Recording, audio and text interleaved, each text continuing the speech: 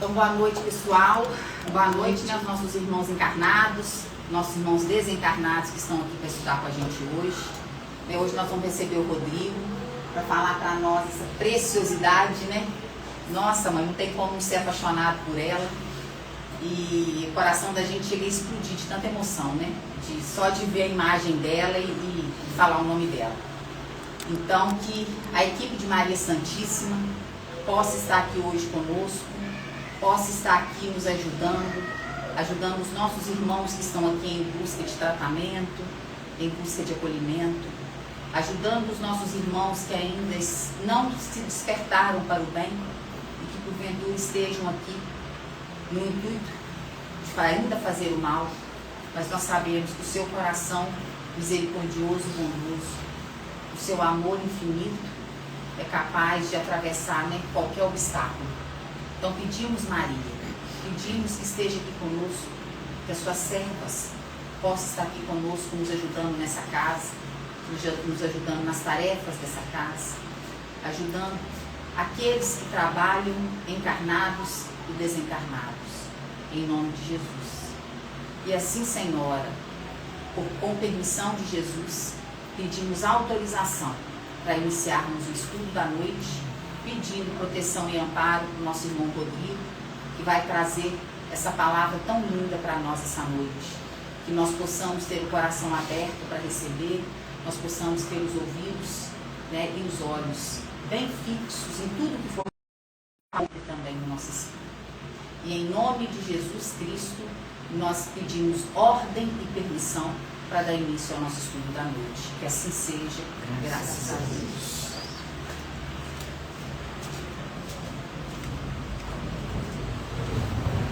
Palavras de vida eterna. Vasos de barro. Temos, porém, este tesouro em vasos de barro, para que a sublimidade seja da virtude de Deus e não de nós. Não te furtes a transmitir os dons do Evangelho. Se caíste, levante-te e estende as mãos, construindo o melhor. Se estiveste em erro até ontem, reconsidera o gesto impensado e ajuda aos semelhantes. Se doente, permanece na confiança, encorajando e esclarecendo a quem te ouve a palavra. Se cansado, recompõe as próprias forças na fé e prossegue amparando sempre. Caluniado, perdoa e esquece o golpe, procurando servir. Menosprezado, não firas ninguém e esforça-te por ser útil. Perseguido, esquece o mal e faz o bem que possas. Insultado, ouvida toda ofensa e auxilias sem mágoa. Em meio de todas as fraquezas e vicissitudes que nos rodeiam a alma, estejamos convictos com o apóstolo Paulo, de que possuímos o conhecimento da verdade e a flama do amor, como quem transporta um tesouro em vasos de barro, para que a excelência da virtude resplandeça por luz de Deus e não nós.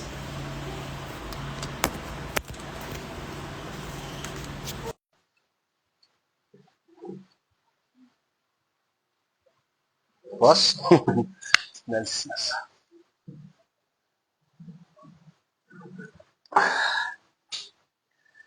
Meus irmãos, uma boa noite.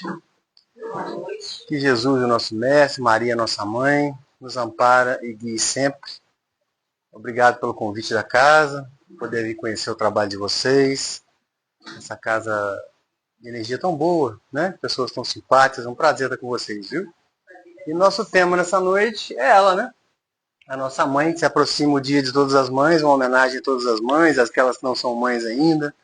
Que Deus abençoe a todas. O que seria de nós sem vocês nesse planeta, né? Sem o coração bondoso de vocês e tudo que vocês nos ajudam a construir e constrói nesse mundo que hoje em dia tem muito mais um ar feminino do que masculino, né? A mulher hoje em dia ela tem na sociedade ela vai tomando seu espaço, graças a Deus, e o mundo começa a melhorar, tomar outros contornos, graças a bondade do coração de vocês e a luta de vocês. Bem, e a gente vai começar a estudar sobre a vida dela. Não tem muita coisa sobre ela, mas o que tem dá para a gente falar muito, né? A gente começa no livro de Isaías. Isaías é o profeta do Senhor, onde tem uma das mais conhecidas profecias a respeito dela, né? E são muitas profecias a respeito dela, da vinda do Cristo, da missão dela com o Cristo de Deus. São muitas. Eu acho que a mais completa é essa, né? Está no livro de Isaías, capítulo 7, versículo 13 e 14, que diz: o Senhor mesmo vos dará um sinal, eis que a virgem conceberá e dará à luz a um filho e lhe chamará Emmanuel. Emmanuel significa Deus conosco. Essa é a mais conhecida profecia a respeito de Maria, né? Pelo menos a que é a mais usada em palestras, em formas de se falar de Maria e da missão do Cristo. Porque cita algumas coisas aí em relação à virgindade dela, em relação à missão do Cristo, porque o nome de Cristo eles chamam Emmanuel, Cristo também é chamado Yeshua e outras coisas, mas ao se citar no Oriente Médio Emmanuel, todo mundo sabe que é o Cristo, né? Que significa Deus conosco, né? E a gente vai continuar seguindo. Depois da profecia, a gente entra. Eu fiz questão de colocar isso aqui, um texto, mas que diz exatamente o tamanhozinho de Maria na época em que a gente vê que é um espírito gigante, né? Está no livro Maria de Nazaré, de João Nunes Maia por Miramês, que é um livro maravilhoso. Lá na Casa Espírita, quanto a gente bota para vender, o quanto que vende, o quanto que sai, assim como Francisco de Assis também. É um livro maravilhoso, né? Alguns espíritas viram um pouco o nariz para ele, mas eu acho ele maravilhoso, né? Tem um diálogo entre Maria e os sacerdotes do templo. Maria tinha 7 anos na época e recebe a visita de 3 rabinos. Para começar, que criança de 7 anos recebe a visita de 3 rabinos doutores da lei? Tem alguma coisa aí, né? Para conversar com ela, né? Então eu botei esse texto para a gente entender, né? E um dos rabinos diz: filha de Deus, estamos ouvindo muito bem as tuas palavras e elas serão para nós alguma coisa de especial, que por vezes confortará nosso coração. Da minha parte, não ignoro o que dizes e me sinto ansioso para que tudo isso aconteça. Ela falava do reino de Deus, da vinda do Messias, da paz de todas as criaturas, de como seria o mundo no futuro. Ela falava de tudo isso, né? E ele diz: para a paz de todas as criaturas. No entanto, a situação atual pede sacrifícios e não vejo coragem bastante para as renúncias que o caso merece, como às vezes a própria vida. Que dizes? Para começar, isso você não conversa com a criança de 7 anos, né? Isso é fato. Quem já leu lá viu isso. Que coisa é essa? Como é que se fala nesse calibre intelectual com uma criança de 7 anos? O livro diz que Maria ficava correndo, brincando por ali. Tipo criança, né? Que você está falando, ela está achando que você não está prestando atenção. Aí de repente vira e solta uma. Estava ouvindo tudo que você falou. Maria estava brincando e ele falando isso, né? Que dizes? Olha a resposta dela. É um texto muito conhecido. Todo mundo fala de Maria, cita ele, mas eu acho ele muito forte pelo tamanho do espírito dela, né? Respondeu sorrindo Maria, né? Sacerdote, todos os homens já conhecem os caminhos de Deus, mas preferem passar por estradas mais largas, onde o conforto ilusório oferece o céu da terra que é passageiro. Eu desejaria saber de ti quem te deu essas barbas respeitáveis e esses cabelos que encantam a todos pelo trato que não fica esquecido. De onde veio o algodão e o lindo traje apurado que vestes? Este cajado que ostentas em tuas mãos benfeitoras, quem te deu? E de onde veio o material do pergaminhos sagrados que não se aparta da tua bolsa, onde o couro foi fornecido pelo animal? De onde vieram as sandálias que agasalham teus pés para as grandes caminhadas e o alimento abundante de tua casa? Quem fez os pássaros que cantam na praça do templo e nas florestas? Quem fornece remédio para os males do homem? E de onde vem a inteligência do sábio? Se tivesse internet na época, estava lá um vídeo dela, meninas, prodígio, ensina pastor, não tem qualquer força hoje em dia, né? Porque tá cheio deles por aí. Criança senta, toca piano com 5 anos, fala um monte de língua. Tem um menino na internet que ele sabe medicina desde que nasceu, que é conhecidíssimo. Maria está acima disso, a gente sabe, mas você vê, isso não é conversa com uma criança de 7 anos. Você vê que tinha uma lucidez espiritual, uma brandura, né? Porque ela poderia ter recriminado eles. Porque assim, não vejo formas disso acontecer, porque exigem sacrifício que nós não damos conta. Aí ela falou, aí, e a sua roupa bonita, seu cabelo bonitão, tudo que você tem aí, você não pode recusar um pouquinho disso, renunciar um pouquinho em favor do próximo? É isso que ela está dizendo para ele. Só que de repente ele não conseguiu captar, tadinho, meio debilitado, né? Espiritualmente, não entendeu, porque essa foi a mensagem dela. A mensagem dela, olha, tudo que você tem, que faz de você um homem de Deus, que te dá essa figura que você é, você pode renunciar um pouco, né? E ela continua. Sei que podes responder imediatamente, e conforta o meu coração se a tua resposta for a mesma que vou dar. Tudo vem de Deus. Se é assim, por que não sacrificar alguma coisa em favor das leis desse Deus, que redunda em felicidade para todos nós? Se alguns estão dormindo, que ande quem está acordado. Porque uma viagem longa se apoia nos primeiros passos, e o Senhor que está nos céus espera quem deu esses passos. Para que a verdade seja sustentada e garantida por ele. Vocês já imaginaram, meus irmãos, se isso estivesse na Bíblia? Dentro da casa dela. Se esse texto estivesse na Bíblia, muita coisa teria mudado ao longo dos anos a respeito de Maria. E mais, a respeito das mulheres, porque a mulher naquela época não tinha evolução nenhuma. Mais que ela fosse bondosa, era só uma mulher, né? Eu acho que até nesse ponto a mulher foi beneficiada, porque ela foi conquistando o espaço dela. Com amor, com jeito, com carinho, ela foi conquistando o espaço dela e hoje o mundo é da mulher. E lá atrás foi tão fácil ter o mundo no homem, né? O braço forte, a luta, e agora a gente perdeu o espaço. Por quê? Porque o amor da mulher, o entendimento, o carinho está tomando frente. E se tivesse isso aqui na Bíblia, meus irmãos, muita coisa teria mudado. Porque Maria veio para quebrar paradigmas. Era uma época, e como nós já falamos que agora, a mulher não tinha vez. Olha só uma coisa. A genealogia de Jesus, que está em Mateus capítulo 1, versículo de 1 a 17. Segundo Mateus, 42 gerações de Abraão até Cristo. Mas se olharmos na sequência, existe algo diferente. O que está diferente? Abraão foi pai de Isaac, Isaac pai de Jacó, Jacó pai de Judá e seus irmãos. Judá, das 12 tribos de Israel, era um filho de Jacó, né? Inclusive Judá deu o nome dos judeus, que deu origem aos judeus. Judá foi pai de Fares, Fares pai de Esrom, e vai até chegar em Matã, que foi pai de Jacó. E Jacó foi pai de José, esposo de Maria, da qual nasceu Jesus, chamado Cristo. Isso era impensável para a época. Jamais uma mulher, por motivo nenhum, seria citada numa genealogia de uma família. Nunca, em hipótese nenhuma. E ela está citada há muitos séculos. Não foi agora, na modernidade, que ela foi colocada. Isso foi colocado há muitos séculos atrás. Então ela vai quebrando os paradigmas. Botaram ela aí, ela quietinha, sem fazer alarde, foi tomando o espaço dela. Né? Porque todas as famílias conhecidas ao longo do tempo, na tradição judaica, tinham ou são herdeiros de Davi, de Jacó, das 12 tribos. Os filhos de Jacó, que eram os cabeças das 12 tribos, então vinha dali a genealogia deles, os filhos, os netos, todo mundo. Mas só homem. Nunca se colocou uma mulher. Maria foi, hoje em dia nem sei se tem mais isso, mas tem, Maria foi a primeira. Se tem, Maria foi a primeira. Né? Vamos continuar.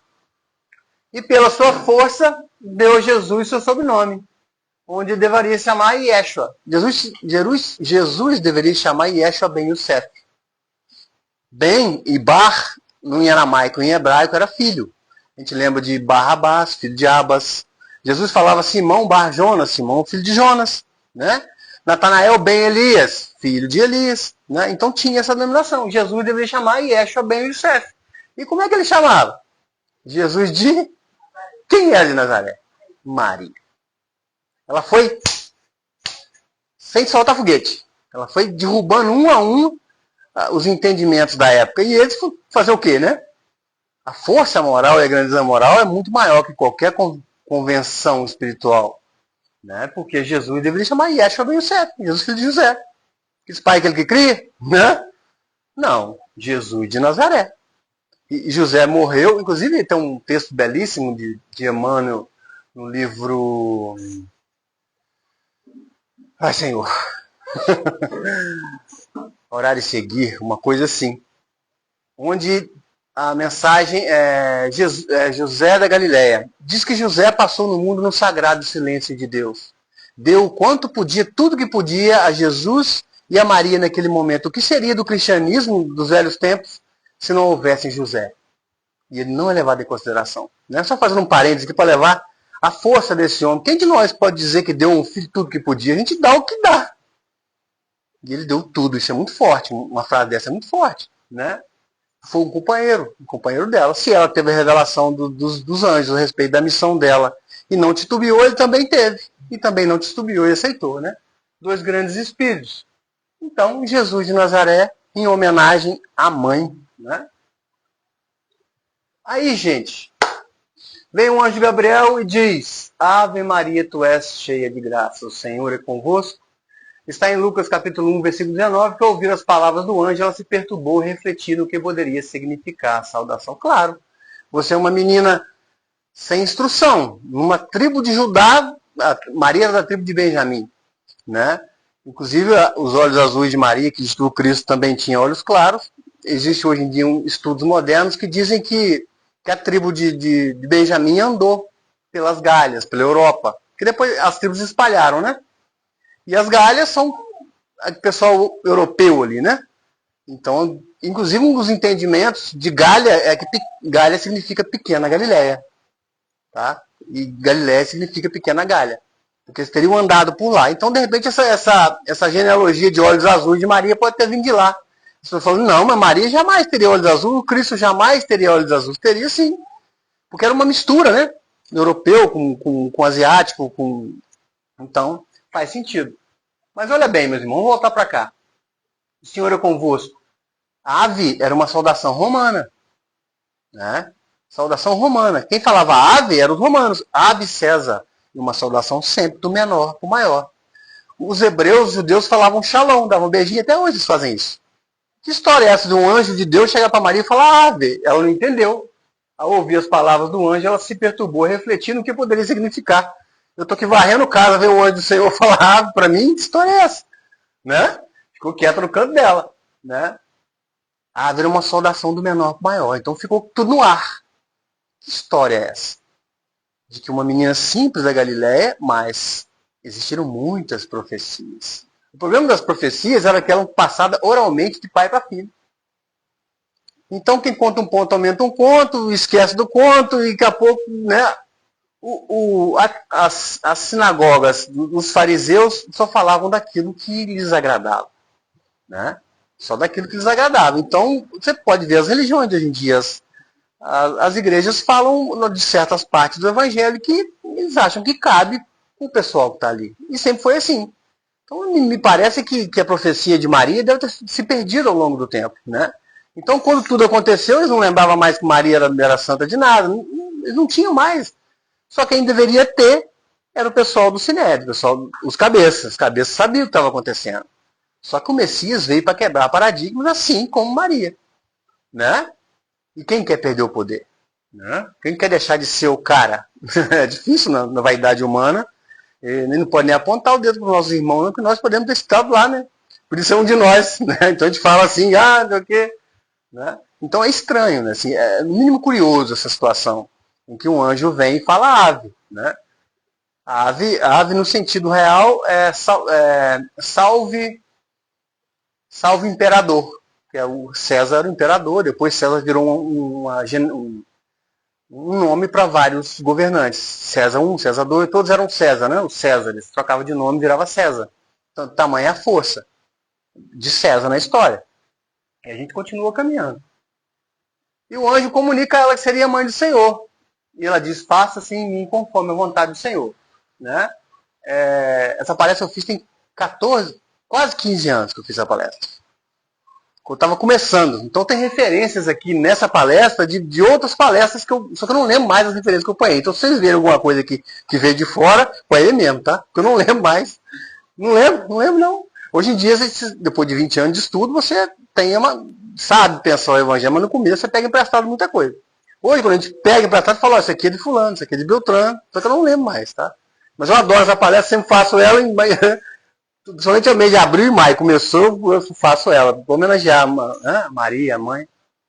E ela podia ter dito assim, falando, não quero esse negócio não, vou morrer, vamos dar pedrada. Aqui eles fazem isso com as pessoas, mulheres que ficam grávidas fora do casamento, né?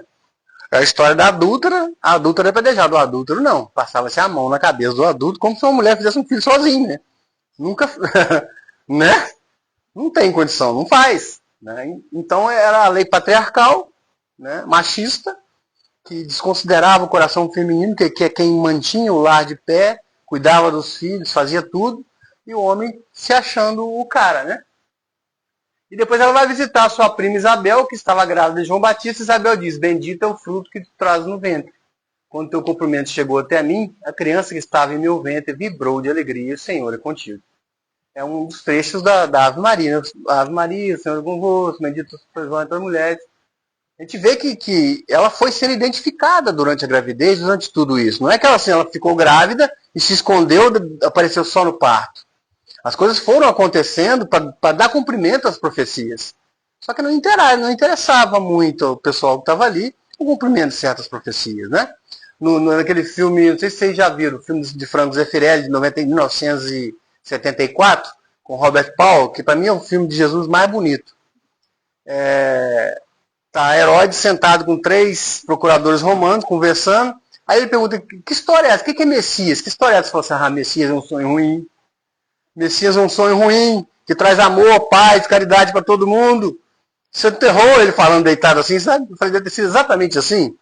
Né? Mas o que ele faz? Ele traz bondade, ele traz amor, traz perdão.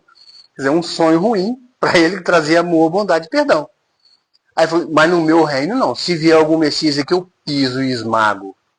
Na toa que ele mandou sacrificar todas as criancinhas que haviam nascido e Jesus para o Egito. Né? Então a gente vê que durante o acontecimento da gravidez, de tudo que se desenrolou até a identificação do Cristo, a gente vê que as profecias foram cumpridas minuciosamente, para não dizer assim, não, isso aqui não está, aconteceu, mas não estava lá. Tudo que foi predito por Elias, por todos os profetas, aconteceu. Só que, né, não era interesse na época. Porque só uma mãe especial poderia receber um filho como Jesus. Capítulo 30 do livro Boa Nova. Maria estava cozinhando em casa, limpando casa, fazendo as coisas que as mães faziam. Jesus entra de mão dada com 2 ladrões. Mamãe, estão com fome, dá comida para eles. E ela olha assim, ela conhecia os caras, eram famosos ladrões da Galileia. E ele pequenininho, de mão dada com 2 ladrões no meio, olha que presságio, né? 2 ladrões. E ela dá comida para eles. Aí tá aí a nossa irmã, que deve ter filhos, né? Não tem filhos? Aí seus filhos chegam aqui com um cidadão aqui, né? Dos nossos irmãos que estão perdidos temporariamente, você vai tomar aquele susto. Dá comida para eles. Fala, vem cá. Oh, fica com Deus aí, meu filho. Né? A gente tem o reflexo de defesa da gente, não é por maldade, defesa. Né? Você vê seu filho em risco, você vê sua família em risco, a gente bota o mundo da gente em risco. Quem não? E ela bota os 2 para dentro, senta os 2, ela vai fazer comida para os 2. Né? A gente vê a grandeza do coração, a grandiosidade e a bondade. Mas também com Jesus pedindo, quem é que nega, né? Desse tamanhozinho já tinha uma lucidez gigantesca, né? E é assim. A gente vai vendo linha após linha das profecias de tudo que a doutrina nos traz nas obras complementares, principalmente Boa Nova, que tem bastante coisa. A gente vê que a vida deles foi permeada. Era impossível, gente. Eu fico pensando para mim, como é que você consegue chegar perto de Maria e de Jesus e não perceber que ali tem 2 seres numa condição espiritual gigantesca? A aura dos 2 era um negócio, né? Como é que a pessoa pode entrar nessa aura e não sentir, não se arrepiar, não ter uma emoção naquilo, né? Então, aquele povo daquela época realmente, vou te falar, algumas pessoas... Mateus 11:11, que do nascido de mulher ninguém é maior que João Batista. Que história é essa? Vocês conseguem me explicar isso aqui? Maria não era uma mulher? E dos nascidos de mulher ninguém é maior que João Batista. Eu fiquei olhando para esse troço umas 2 horas e falei, hein? Ele tira Maria da condição humana comum. Né? Tira Maria da condição humana comum. Bota Isabel na condição humana comum e João Batista. Né? Mas Maria não. Maria ele tira. Que dos nascidos de mulher ninguém é maior que João Batista. Olha. Se eles tivessem assim, um grupo de estudo, igual os irmãos estavam estudando, eles iam falar, nossa, mas por que ele disse isso, né? Que história é essa que nascido de mulher ninguém é maior que João Batista? Maria o quê? Não é um ser humano, não é um anjo? Né? E se tivesse esse entendimento distribuído na Bíblia da forma que a gente está falando aqui agora? O versículozinho abaixo dizendo da grandiosidade de Maria mudaria todo o parâmetro a respeito de Maria. Mas só se estuda aquilo que atende. Então, mas tem muitas coisas para sentar e estudar. Isso aqui é uma coisa maravilhosa. Que dos nascidos de mulher ninguém é maior que João Batista. Inclusive tem uma passagem no próprio livro Maria de Nazaré por Miramês que fala uma coisa que os espíritas viram um pouco o nariz. de que o parto de Maria não foi um parto comum. O livro diz, já deve ter lido, né? Não foi um parto comum. Ela foi retirada de uma forma espiritual ele foi retirado de uma forma espiritual do útero de Maria. Eu fico pensando, bem, e aí? Né? Na verdade, o único que teve uma gestação comum, João Batista foi. João Batista teve todos os parâmetros normal. Inclusive até não tão normal, porque Isabel... Inclusive não foi tão normal, porque Isabel já tinha muita idade, né? Foi plantado ali, mas foi o parto normal, tudo, né? Deram uma força para Zacarias, Zacarias fez o filho, né? Agora, o que não aconteceu com Maria, né?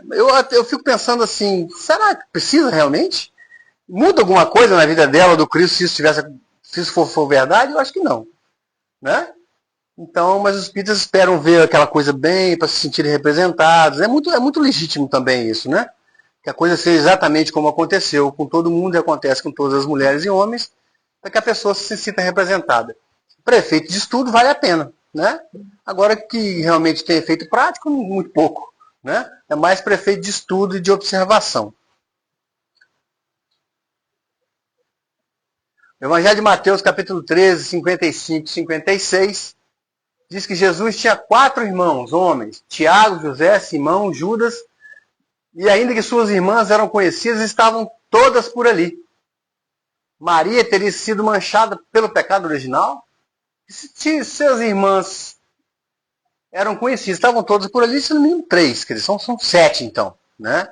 E a grande dúvida dos cristãos ao longo do tempo é se esses filhos, quantos são de Maria e quantos são de José do outro casamento? Ele era viúvo, né? Essa é a grande questão. E nessa grande questão, sem se saber exatamente, deram a Maria o título de manchada pelo pecado original, né? Mas o que é o pecado original? Não existe pecado original, existe pecado originário. Erros cometidos em outras pátrias nos trouxeram para cá. Viemos exilados para cá, presente um deles, viemos exilados para cá, e chegou aqui, a gente inventou o paraíso perdido, inventamos um monte de coisa, né? Que perdeu o paraíso realmente. Aí o que acontece? Bota a culpa na maçã. Por quê? A maçã, aliás, bota a culpa no sexo, porque a verdade é que o conhecimento ninguém tinha. A árvore do conhecimento, de onde foi tirada a maçã, é o X da questão. Qual conhecimento Moisés tinha na época? Para fazer um pergaminho levava 2 meses. Aquilo errava, tinha que fazer de novo. Então o conhecimento ali era mínimo. Então na hora de botar a culpa em alguém, fala, vamos botar no sexo. Todo mundo gosta, todo mundo sabe, todo mundo faz, né? Mas o sexo é como tudo, gente. O que a gente faz dele. Como dinheiro, como poder, né? Então, naquele momento, o sexo levou a culpa. Só que hoje em dia, na época, eu entendo. Agora, hoje em dia, 2000 anos depois, a gente continua na mesma narrativa, a gente já podia mudar um pouquinho, né?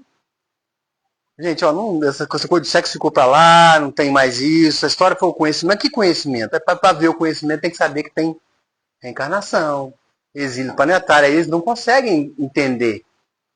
Porque tem uma chave no conhecimento. Que conhecimento? Mas veio de onde? Ninguém sabia nada. Então, para aprofundar, tem que ir aprofundando, e aí o pessoal não está muito afim, né? Senão acaba virando espírita, né? Então, né? Então, é isso aí. Manchada por quê? Um espírito da grandiosidade, mas manchada. Se teve um filho da forma natural, está manchado. Ó, então, todas as mulheres do mundo são manchadas, todos os homens do mundo são manchados. Ah, mas somos sim. Essa é a narrativa, né? Que o nosso espectro não acaba nunca, né? Não acaba nunca. E não é bem assim, nós sabemos, né? Então, para desmistificar, a gente que é espírita fala disso com mais tranquilidade, com mais facilidade. Uma palestra dessa para alguns irmãos de outra denominação, eles poderiam ficar um pouco... Eu fiz esse estudo há 15 anos atrás numa casa espírita, tinha um pastor evangélico sentado na frente. Ele viu a palestra toda. Levantou, me agradeceu, pegou na minha mão, foi embora. Eu falei... Vai sair com a cabeça, né? Se questionando, pelo menos, né? Revista Espírita de maio de 1862 diz o seguinte, que Maria não era manchada pelo pecado original. Diz, é muito simples o entendimento do dogma da Imaculada Conceição. Imaculada Conceição é conceber virgem. Deus enviou um espírito puro, ó. Um espírito puro, começamos a ver o tamanho. O que é um espírito puro? Tem aquele que acabou de deixar o corpo, que não reencarna mais, que já cumpriu sua missão aqui, e tem aquele cara que já está na condição do Cristo. Né? Então é uma escala que vai subindo. Onde a Maria está? Maria tinha acabado de deixar suas encarnações, e estava ali, ou Maria já estava lá em cima, perto do Cristo, né? Porque uma coisa é, vamos dizer, Belo Horizonte caber dentro do Rio. Outra coisa é Belo Horizonte caber aqui em Eugenópolis. Então, tem que ser mais ou menos parecido para caber. No livro Francisco de Assis, conta uma história que Maria Picalini, que já era um espírito de uma condição espiritual grande, teve seu psiquismo bloqueado por nascimento de Francisco. E ela já era boa, hein? Porque um espírito de uma voltagem tão grande entra ali e bloqueia ela para não atrapalhar o nascimento dele e para ele ficar tranquilo. Então, para nascer um Cristo de Deus, que há 4,5 bilhões de anos atrás, com seu propósito, formou a Terra, tem que ter um espírito também numa grandeza que possa suportar, né, o quanto é energético. Deus enviou um espírito puro que não pertencia à raça culpada e exilada para encarnar na Terra e desempenhar sua augusta missão. Do mesmo modo que de vez em quando envia espíritos superiores que encarnam a fim de impulsionar o progresso e apressar o desenvolvimento do orbe. Ela era um dos espíritos superiores que, se ela não veio impulsionar o progresso naquela época, ela veio para mostrar que a mulher podia muito mais. E ela que foi quebrando os paradigmas para mostrar para a sociedade que a mulher podia muito mais e tinha muito mais poder, muito mais amor que o próprio homem da época, né?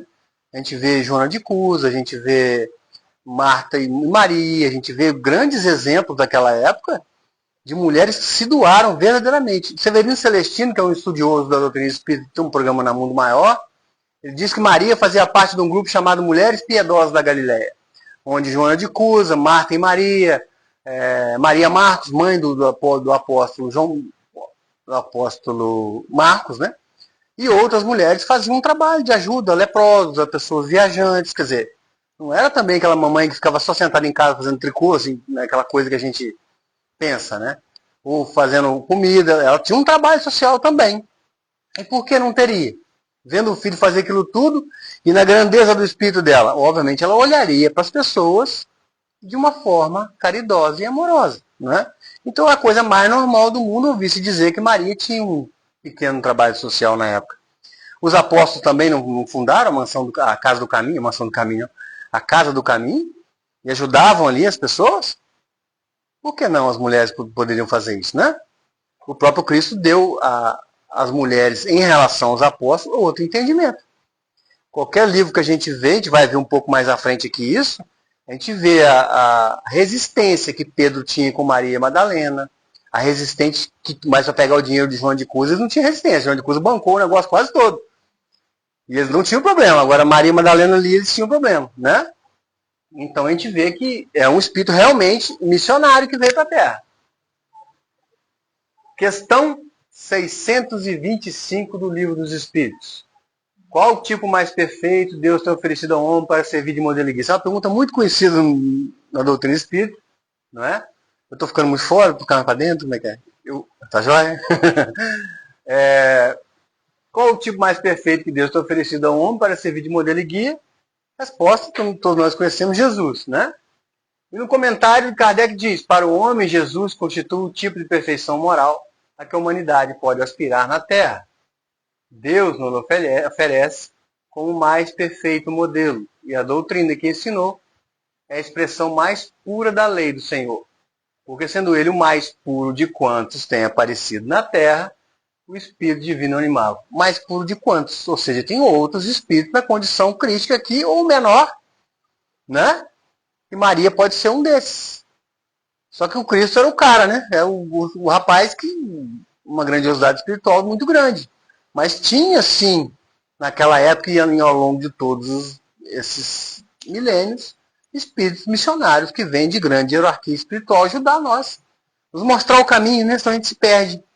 Tem um irmão como Divaldo, que está com 90 e tantos anos, coitado, pelejando com câncer, lutando com aquela dificuldade, dá um testemunho até o fim, né? O testemunho deles até o último dia.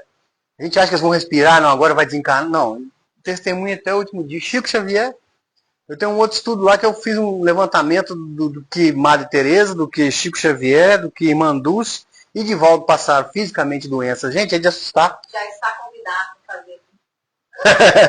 Próximo. Tá, tudo bem, deixa eu separar. Tá até aqui. Olha, é incrível. A gente reclama, né? Se você vê que tirou o nome deles daquilo e botar só os doentes, tadinhos, não fez nada da vida, não foi só lutar com a doença a vida inteira. Aí você bota de volta na frente, você bota o Chico na frente, nossa, porque o bicho estava pegando e estava trabalhando. Nada parava, nada parava. E Mandusco, meu Deus do céu, tem aquela história do Mandusco que é uma coisa incrível, né? Isso aqui, gente. Bom filho é bom filho, não importa a evolução espiritual. Dá uma olhadinha nisso aqui. Boda de Caná.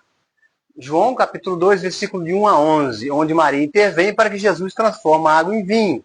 E ele diz, mulher, não é chegada a minha hora. Se ele fez ali, é porque ela sabia que ele fazia, né? Vendo um domingo em casa um franguinho, um macarrão, ele fez um vinho pra galera lá. Então ela sabia que ele fazia, né? Agora, o mais interessante aqui, gente, é o seguinte. Ela antecipou a missão dele.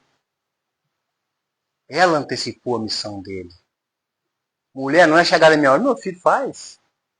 Sua mãe fez. Aí a mãe pede para ir no mercado. Vai, meu filho, para o mercado comprar um quilo de arroz. Eu não vou nada, mãe. Ih, mexe com isso não. Estou no celular. A mamãe está lá de idade, repete um monte de coisa, igual a mim, com 85 anos. Não tem paciência, tá? Não consigo ter paciência. Tem que ter paciência, sim. O Cristo de Deus veio aqui e antecipou a missão dele por causa da mãe. Um planejamento de milênios, a reencarnação dele, ela chega assim e fala assim, ó, muda para mim. Mudou. E quem muda só o seu roteiro para ir ali e para ir aqui para a mãe? Não é mudar a galáxia, não, eles fazem, não. Mudar ali daqui. Né? E das mães está chegando. Dá para a gente fazer um apanhado de tudo que a gente tem feito por ela, ou por elas? Né? O que o Cristo fez. Ele falou, eu sou filho, né? Eu sou filho. Ela é minha mãe. Livro Boa Nova, a Mulher e a Ressurreição. Jesus e Pedro conversavam sobre as mulheres de má vida e Pedro pergunta por que Jesus estava sempre em companhia delas. Incomodava eles, né? Obviamente incomodava por causa da fraqueza das paixões, né? Aquele monte de mulher em volta do Cristo, obviamente eu poderia ter aquele do lado deles, né? Por que não fica em volta de mim? A gente enxerga no outro aquilo que a gente tem no coração, né? Diz que Maria Madalena era belíssima, era né? Ela passava, ela arrastava a multidão, eles tudo, mestre, o que é isso, mestre? Né? E o amor de Cristo por ela e dela, porque isso era uma coisa pura, de coração, de alma. E eles vendo maldade em tudo. Então, olha bem a conversa de Jesus com Pedro. Quase sempre Simão, ele pergunta, né? Por que está sempre como má companhia, a companhia dessas mulheres de má vida? O Cristo diz, quase sempre Simão, não é a mulher que se perverte a si mesma. É o homem que lhe destrói a vida.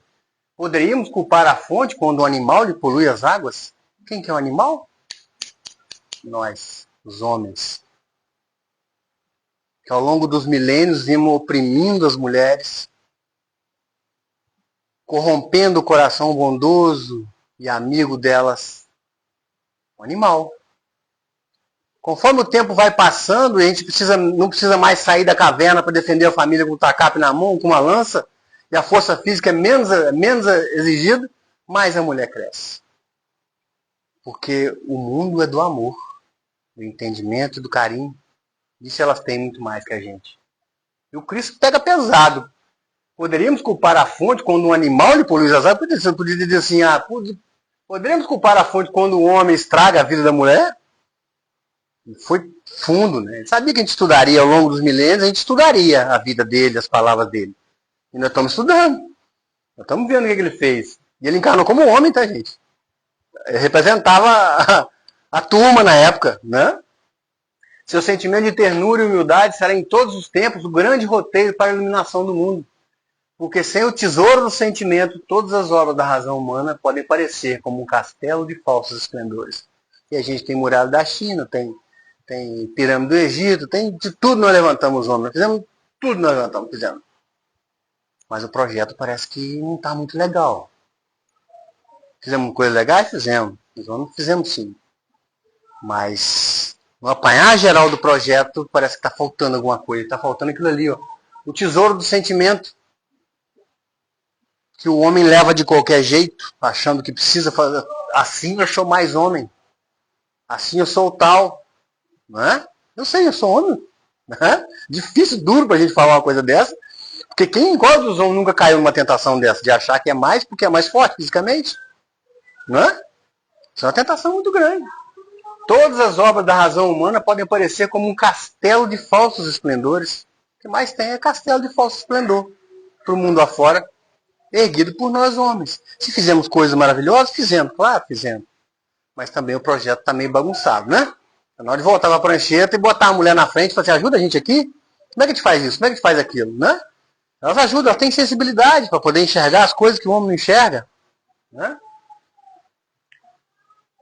Quereis dizer, aí Pedro faz o papel de advogado do cara ruim, né? Olha o que Pedro pergunta para Jesus, gente. Quereis dizer então que a mulher é superior ao homem na missão terrestre? Né? É isso então que o senhor está dizendo? O Cristo diz, uma e outro são iguais perante Deus, completando-se perfeitamente. Entretanto, precisamos considerar, todavia, que a mulher recebeu a sagrada missão da vida. Aí agora vai um puxão de orelha para algumas, porque não é meu corpo, minhas regras, meu corpo, minha responsabilidade. Né? A sagrada missão da vida fez com que a mulher chegasse no ponto que chegou hoje. Não joga isso fora não, gente. Não joga isso fora não. Não vamos perder essa doçura que vocês têm por causa de um trabalho de tantas horas para conseguir cometer os mesmos erros que vamos cometer. Não é? Então a independência feminina agora é ser igual um homem de saia? Não, é. Ah, mas trabalhar e cuidar de filho é muito difícil. É difícil. Então o homem, chama o homem. O homem agora é parceiro. O homem agora é mais parceiro. Chama o homem para ajudar. Por que o homem não pode ajudar em casa? Pode ajudar sim. Né?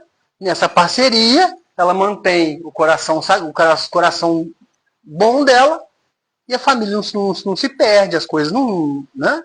Porque existe um movimento estranho aí, viu? Um movimento muito estranho. Tendo avançado mais do que seu companheiro no estado dos sentimentos, está por isso mais perto de Deus. Olha bem. Que muitas vezes lhe toma o coração por instrumento de suas mensagens cheias de sabedoria e de misericórdia. Gente, vai ter uma coisa também. Né? Não existe mulher, não existe homem. Existe o espírito que está como mulher e o espírito que está como homem. Só que encarnar como mulher, você está um degrau na frente. A verdade é essa. O que o Cristo está dizendo aqui é isso. Encarnou como mulher, a chance de evoluir é muito maior do que com o homem. Porque o homem se perde. Nos vícios, na ignorância, na arrogância, na força bruta, né? E as mulheres estão mais perto de Deus. Aí vai aquele cara fortão, bravão, todo tal, depois reencarna com 2 neném gêmeos para mamar aqui, para aprender a amar. Aí fica olhando assim. Né? É a vida. Dando à pessoa uma forma de aprender a amar, de aprender a abrandar o coração. Né?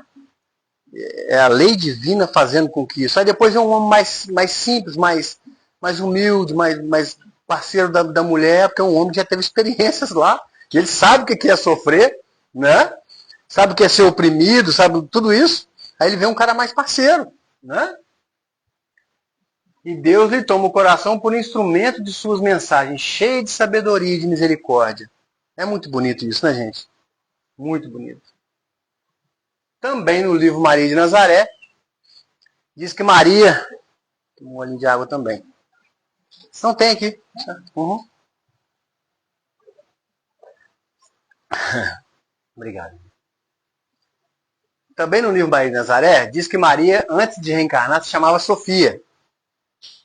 E que trabalhava no esclarecimento de espíritos violentos, apegados com muito ódio e sentimento de vingança. Era ajudada de perto por aquele cujo destino estava traçado por vir a ser o grande discípulo que o amor fez escutar o coração do Cristo.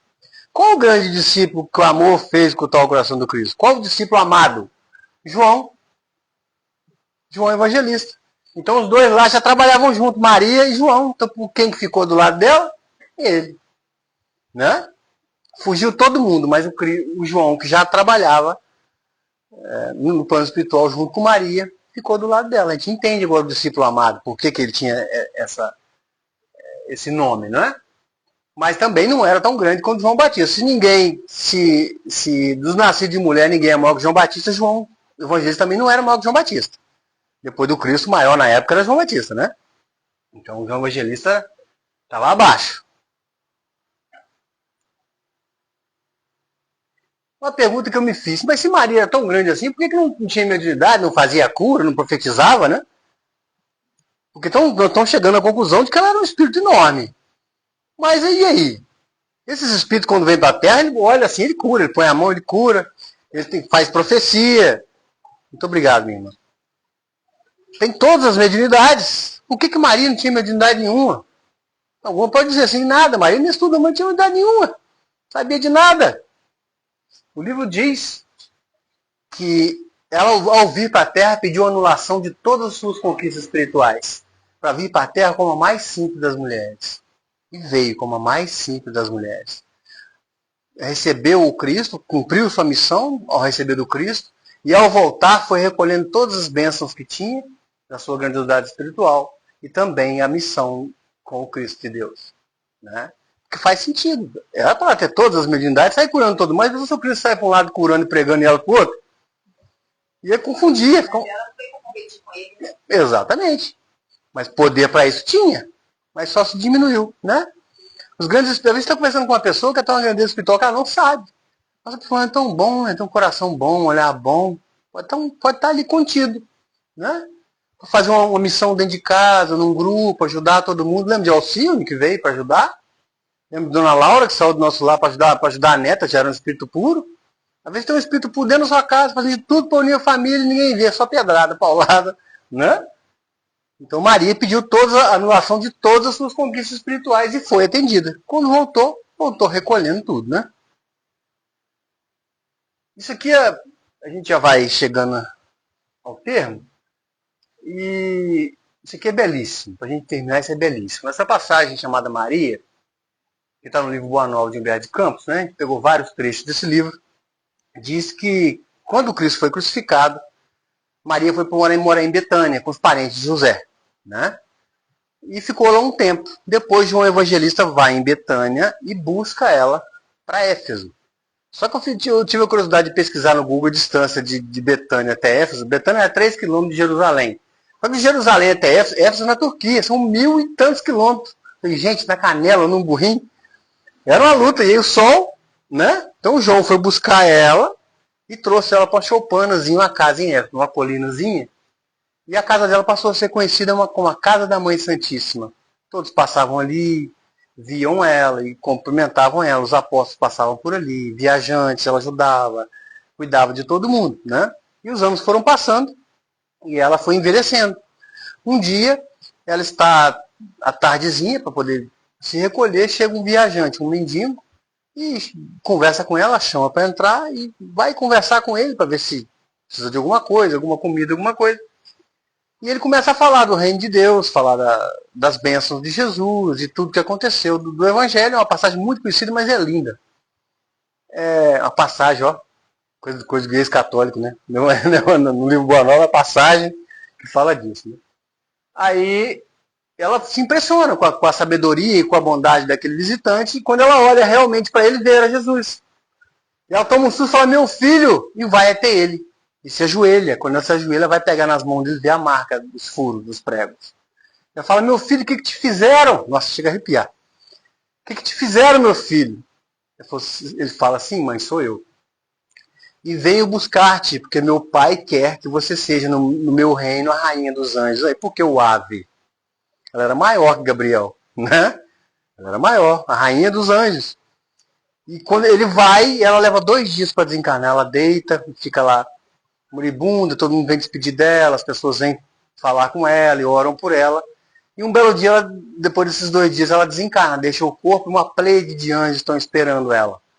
Por cima da Galiléia, ela fica pairando por cima da Galiléia, vê o lago de Genezaré, vê os caminhos onde o Cristo passou, vê toda a luta de Jesus naquela época, os anjos todos aguardando ela. Só que naquele momento ela lembra que os cristãos já eram massacrados no circo romano.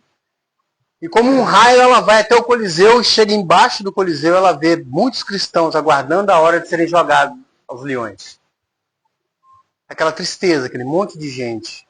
E ela vê uma menina sentada lá atrás, com o coração triste, um olhar parado. Ela vai se aproxima dessa menina e diz, canta minha filha.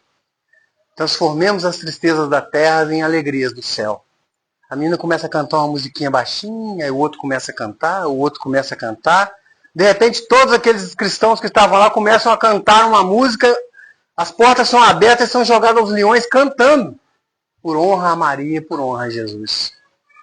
Só um espírito da grandiosidade de Maria intuiria uma pessoa a cantar na hora do sacrifício. E todos eles foram cantando. E existem livros contando essa história, de que cristãos estavam cantando. Cantando. Não está só na doutrina espírita, os próprios católicos que falam disso.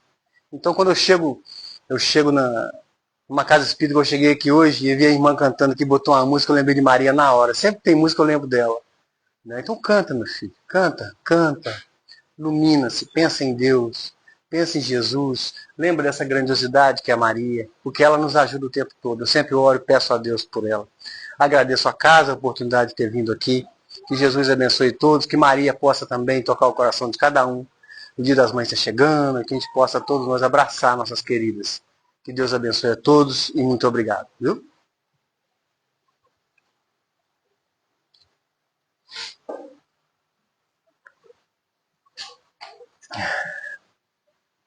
Rodrigo, que ela toca tanto que a nossa paleta de cores aqui tem azul por causa do mundo. Tá vendo?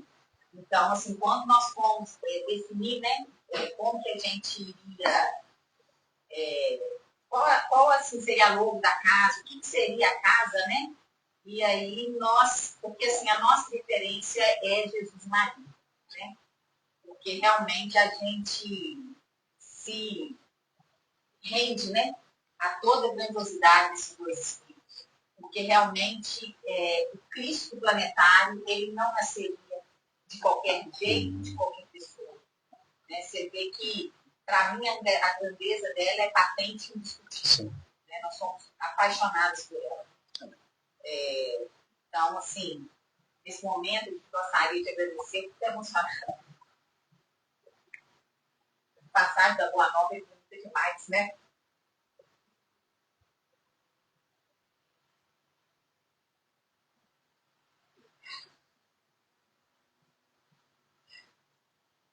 Nesse momento, então, a gente gostaria de agradecer a espiritualidade, agradecer a presença da equipe de Maria aqui conosco. Tão bom falar dela, tão bom falar dos seus exemplos, tão bom escutar suas histórias. Cada um deles traz um ponto para nós, um ponto, uma coisa que chamou atenção, e isso vai enriquecendo tanto a gente, né? Porque tantos estudos de Maria, cada um faz de um jeito, né? Cada um chama atenção para uma coisa, e isso vai engrandecendo, porque a gente poderia realmente ter mais coisas sobre ela, né?